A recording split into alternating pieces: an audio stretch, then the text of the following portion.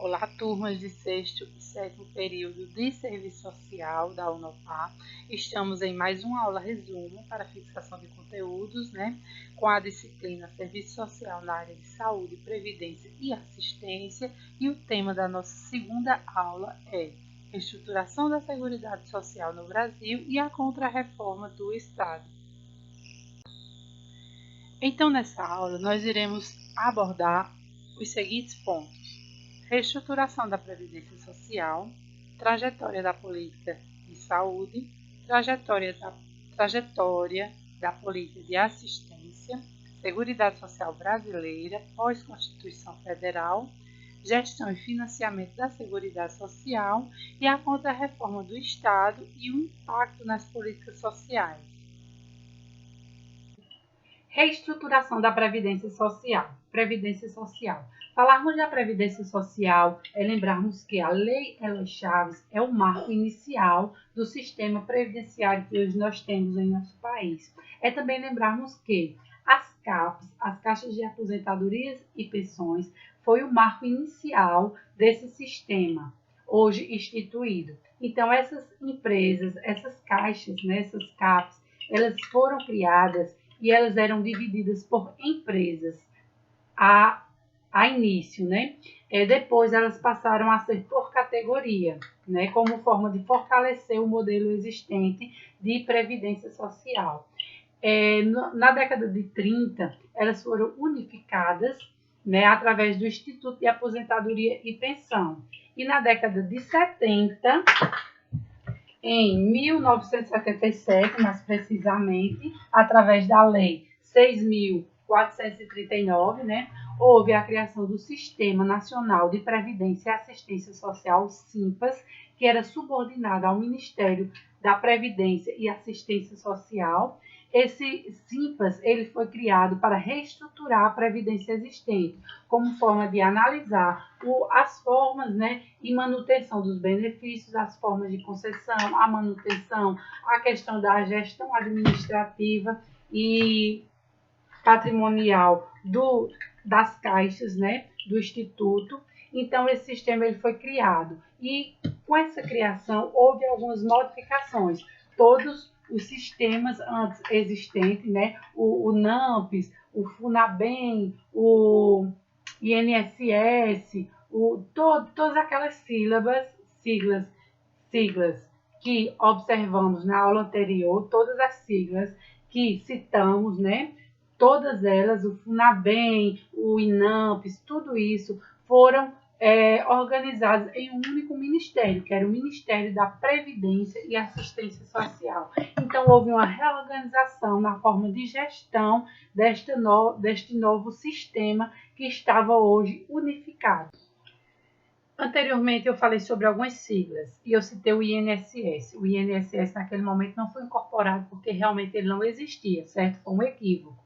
Existiu o INAMPS, o FUNABEM, a LBA, existiam outras siglas que nós citamos na aula anterior, certo? O INSS ele foi criado a partir da abolição do SINPAS, certo? O SINPAS veio para unir muitas desses institutos, mas, porém, todavia, ele passou muito tempo sendo válido, sendo efetivo. Porém, com o tempo, ele foi extinto, ele foi abolido.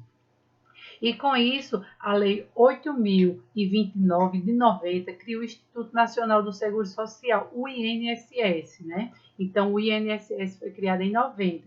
E, a partir da década de 90, surgem muitas reestruturações nesse sentido e uma nova configuração em termos de previdência social. O decreto 99.060 de 90 atrela o INAMPS ao Ministério da Saúde e a Lei 8.689 de 93 extingue o INAMPS, E em 95, a LBA e a FUNABEM também são extintos.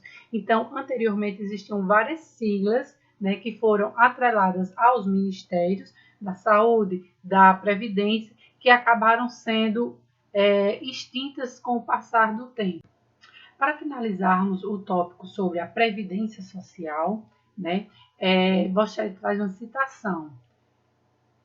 No Brasil, os princípios do modelo bismarckiano predominam na previdência social e os do modelo beveridiano orientam o atual sistema público de saúde, com exceção do auxílio-doença, tido como seguro-saúde e regido pelas regras da Previdência. No caso, o modelo beveridiano, ele orienta o atual sistema público de saúde e de assistência social e faz com que a Seguridade Social brasileira se situe entre o seguro e a assistência social, ou seja, nosso modelo de seguridade é um modelo misto, predominando na previdência o modelo bismarckiano e na assistência e na saúde o modelo beveridiano. Sobre a trajetória da política de saúde, Fleury, 2004, mostra que o sistema de proteção social brasileiro até o final da década de 80 combinou um modelo de seguro social na área da previdência, incluindo a atenção à saúde e com um modelo assistencial curativo para a população sem vínculos trabalhistas formais. Ou seja, a política de saúde no Brasil, ela existia apenas para quem contribuía, né? Para quem tinha vínculos empregatícios. Quem não tinha esses vínculos simplesmente seria atendido nas Santas Casas de Misericórdia, né? Nessa questão de assistencial curativa e caritativa para a população mais desprovida de acesso a bens e serviços. Porém, todavia, na ditadura militar, em 1970, no auge em que os movimentos sociais estavam reivindicando melhores condições para suas categorias, existiu um movimento organizado, um movimento sanitário organizado para uma reforma em termos de saúde, né? Esse movimento era composto por profissionais da saúde, estudantes de medicina, pesquisadores da área, enfim, eram pessoas envolvidas que estavam vendo uma realidade e queriam modificá-las, né? Então, o movimento sanitário era um conjunto de ideias que se tinham em relação às mudanças e transformações necessárias na área da saúde. Esse conjunto de ideias ela foi apresentada na 8ª Conferência Nacional de Saúde em 1986, onde mostrou-se a necessidade de descentralizar a gestão com acesso universal à saúde. Essa conferência ela foi um marco inicial para o nosso SUS, o SUS que temos hoje, pois nela houve representatividade de todos os segmentos, né? Desde profissionais de saúde, trabalhadores da área de saúde, né? Até a população usuária, que anteriormente não tinha acesso nem vez nem voz, né? Então, esse foi o momento em que as pessoas reivindicaram e deram sua opinião acerca de melhorias para a política de saúde. Vimos que na Constituição Federal de 1988, na Comissão da Constituinte, a saúde ela não estava prevista para compor a Seguridade. Porém, devido à pressão popular, devido à Conferência Nacional de Saúde ocorrida em 86, né, devido todo o apelo e devido à dívida histórica que existia, né, em relação a essa pendência de uma saúde digna, a saúde ela foi inserida na Constituição, no artigo 196, né, como sendo direito de todos e um dever do Estado. Em relação à trajetória da política de assistência social, observamos que esta política ela tem duas faces, né? Uma antes da Constituição de 1988 e outra depois.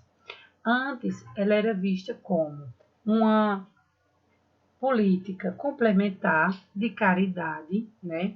Das damas de caridade, era uma política de favor de compras de voto via cabresto, né? Como se falam, era algo que era uma via de mão dupla, né? Eram favores que eram devidos e favores que eram pagos, muitas vezes através dos votos, né? E depois da Constituição, essa realidade ela muda, porque essa política ela passa a integrar, né, como sendo uma política de direito reconhecida e inserida, assim como a política de saúde e de previdência. Ela não é mais uma política isolada, ela forma um tripé da Seguridade Social. Porém, todavia, com isso, observa-se que a assistência social ela é inserida na Constituição de 1988, no artigo 203 e 204, como sendo uma política de direito. Porém, de encontro a toda essa evolução que essa política conquistou através da Constituição, ainda assim é instituído o Ministério do Bem-Estar Social, né? Algo que ainda se vinculava à questão da LBA. Então, era um modelo centralizador, um modelo em que a caridade ainda prevalecia, né? Não era um viés de direitos. E apenas em 93, com a Lei 8742, é que surge, né, se cria a Lei Orgânica da Assistência Social, que vai dar as diretrizes para uma efetivação verdadeiramente desta política enquanto uma política de direito. E a Seguridade Social brasileira, pós-Constituição Federal. Na Constituição Federal de 88, está a definição de Seguridade Social em seu artigo 140, 194, né? Onde se diz que Seguridade é um conjunto de ações de iniciativa do poder público e da sociedade, destinado a assegurar os direitos relativos à saúde, previdência e assistência. Né? Então, essas são as políticas públicas que formam o tripé da Seguridade Social brasileira: a saúde, a previdência e a assistência. A Constituição Federal de 1988, ela traz, né, um marco histórico para a sociedade. Com isso, a Seguridade Social ela vem como sendo avanço em todos os segmentos. Na saúde, traz a questão da universalidade, né? A questão de acesso à saúde que anteriormente não existia, né? Com proteção integral e uma proteção universal, com a questão da equidade, né? Tratando os desiguais de forma desiguais. E a previdência social, ela traz avanços no sentido em que expande o leque de benefícios para os seus beneficiários, né? E amplia a questão do acesso, né, da proteção, do acesso a essa proteção, seja para os trabalhadores rurais, sejam para os domésticos, né, sejam para a questão dos autônomos. Então, assim, tem vários segmentos que são beneficiados e tem vários avanços em todas as áreas. Na assistência social, a assistência social ela traz um leque de possibilidades, principalmente para as pessoas, os segmentos mais desprotegidos da nossa sociedade, né, com benefícios de transferência de renda, né, um exemplo, com benefícios para as pessoas com deficiências, né, para pessoas que realmente têm mais dificuldade de acessar certos direitos. Então, ela é uma política que abrange diversos setores, porém, ela é uma política seletiva, porque ela escolhe dos pobres os mais pobres. Então, assim, existem avanços na Constituição de 88 em relação a essa seguridade social. Em cada área houve avanços, porque esses avanços eles foram solicitados através de luta, através da sociedade civil organizada, né? Através dos movimentos sociais. Então, cada política dessa, que houve um avanço, houve alguém que lutou, né, para que esses avanços ocorressem de forma positiva. Constantemente, essas políticas elas são ampliadas e ajustadas de acordo com a realidade da nossa sociedade. Gestão e financiamento da Seguridade Social.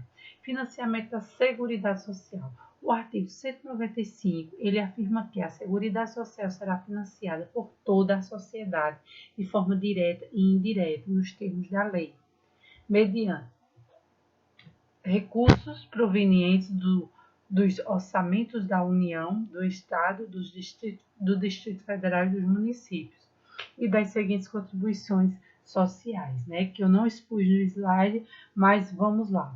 Essas contribuições sociais advindas do empregador, da empresa e das entidades, a ela equiparada na forma da lei, do trabalhador e dos demais segurados da Previdência Social, não incidindo contribuição sobre aposentados e pensionistas, sobre a receita de concursos e prognósticos do importador de bens ou serviços do exterior ou a quem a ele equiparar. Ou seja, a Seguridade Social, ela é financiada por um leque de meios, né? Podemos dizer assim. Os recursos dela não vêm apenas de uma fonte, né? Então, se faz necessário observarmos com atenção o artigo 194 da Constituição até o 204, onde vai falar sobre a seguridade, para a gente entender, né? E, com isso, entender a questão desse financiamento. Sobre as novas formas de gestão, observamos que essa gestão prioriza a participação social e descentralizada, né? A participação da sociedade civil através dos conselhos e a criação de orçamento próprio com sistemas específicos de financiamento com fontes diversificadas e exclusivas. Contra a reforma do Estado e o impacto nas políticas sociais. A esse respeito, observamos-se que, no cenário mundial, em 1970, existia uma hegemonia dos países, né, com a tendência neoliberal. Eles assumiram essa postura em seus governos, né, diferente do que ocorreu no Brasil, que em 1988, o Brasil institui a Constituição Federal, né? Uma Constituição que vai de encontro a toda essa hegemonia mundial existente. Existia a construção das bases, né, de um estado de bem-estar social naquele momento. Já em 1990, ocorreu toda uma mudança, né, de orientação distributiva e redistributiva dessa Constituição Federal de 88, né, onde houve uma orientação neoliberal com agendas de reforma no Brasil, iniciada com o ex-presidente Fernando Collor de Mello naquele momento, né. Essas reformas neoliberais, elas tiveram uma reforma estruturante do sistema de proteção social, especificamente no ano de 1995, né, onde ocorreu privatizações, refilantropização, onde existiu a questão de o Estado passar suas atribuições para o terceiro setor, né, com a questão do Estado neutro, né, onde existiu uma privatização em massa nesse momento histórico no nosso cenário brasileiro. Essa aula, como se pode observar, é uma aula com muitas informações. Se faz necessário uma leitura dos livros, né, de forma mais atenciosa, se faz necessário rever as aulas, se vocês julgarem que assim seja melhor para a fixação do conteúdo, né? Porque as nossas aulas resumos, já está dizendo, elas são resumidas, né? Então, assim, tem muita informação. se faz necessário realmente se debruçar sobre a leitura desses momentos históricos para uma melhor compreensão. Obrigada a todos e até a próxima aula.